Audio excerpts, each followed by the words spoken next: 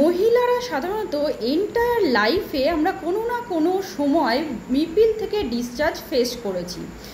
এই নিপিলের ডিসচার্জের কালার দেখে আমরা কি করে বুঝবো আমাদের কোন রোগ হয়েছে বা আমরা কোন রোগের শিকার হয়েছি।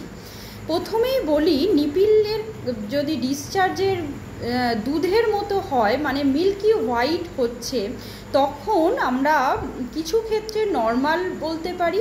যখন ডিউরিং প্রেগনেন্সি হতে পারে বা ডিউরিং ল্যাকটেশন পিরিয়ড হতে পারে, সেক্ষেত্রে কিন্তু আমাদের ডিসচার্জটা অবশ্যই মিল্কি হোয়াইট হয়, সেটা ইটস কোয়াইট নর্মাল। কিন্তু যখন এই ডিসচার্জটা কন্টিনিউয়াস হয়ে যাচ্ছে এবং আপনাদের কয়েকদিন যাবতই দেখছেন যে মিল্কি ডিসচার্জ হয়ে যাচ্ছে, সেটা কিন্তু আমাদের হরমোনাল ইমব্যালেন্সের জন্য হতে পারে।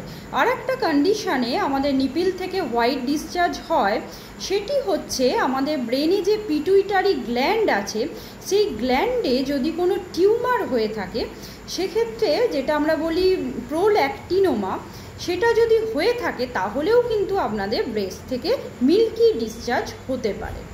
2 নম্বর পয়েন্ট হলো, যদি আপনাদের ব্রেস্ট থেকে ওয়াটারি ডিসচার্জ হয়, মানে জলের মতো ডিসচার্জ হচ্ছে, সেটা ইটস কোয়াইট নর্মাল। অনেকের ক্ষেত্রে হরমোনাল ডিসব্যালেন্সের জন্য হতে পারে, সেটাকে আমরা নর্মালি ধরি।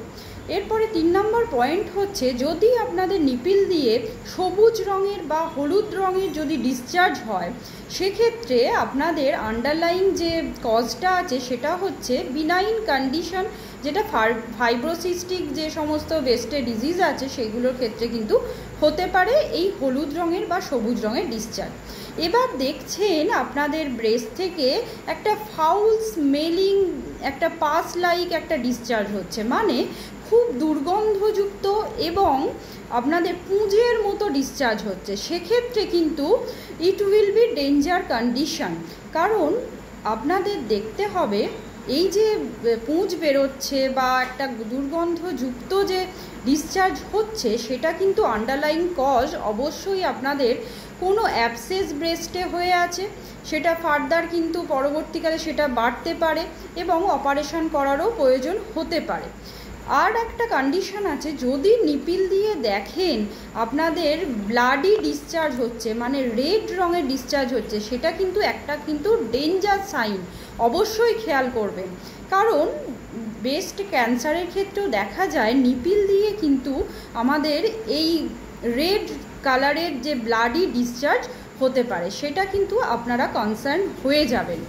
এরপরে একটা আমাদের কন্ডিশান আছে, যেটাকে স্পেশাল কন্ডিশান আমরা বলবো, সেটা হচ্ছে ডাক্টে যদি আমাদের ফুলে যায় বা ডাক্ট যদি সোয়েলিং হয়ে যায়, সেক্ষেত্রেও কিন্তু আমাদের নিপিল দিয়ে ডিসচার্জ, সেটা ব্রাউন কালারের হতে পারে বা ওয়াটারি ডিসচার্জ সেটা হতে পারে। তাই আমরা আজকে জানলাম যে নিপিল দিয়ে যে ডিসচার্জ হচ্ছে তার কালার অনুযায়ী আমরা কিভাবে সতর্ক হয়ে যাব, এবং অবশ্যই চেষ্টা করবেন এই নিপিল দিয়ে যখনই কোনো ডিসচার্জ হচ্ছে যেটা অ্যাবনর্মাল, সেটা যদি হয়ে থাকে অবশ্যই একজন ডক্টরের পরামর্শ নিতে। আশা করি ভিডিওটি আপনাদের হেল্পফুল হয়ে যাবে, কারণ আপনারা একটু সতর্ক হয়ে যাবেন যে কোন কোন ডিজিজের ক্ষেত্রে আপনাদের কি কালারের ডিসচার্জ নিপিল থেকে হতে পারে।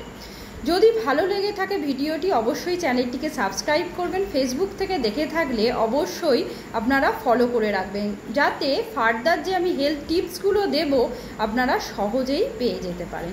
নমস্কার, সবাই ভালো থাকবেন এবং সুস্থ থাকবেন।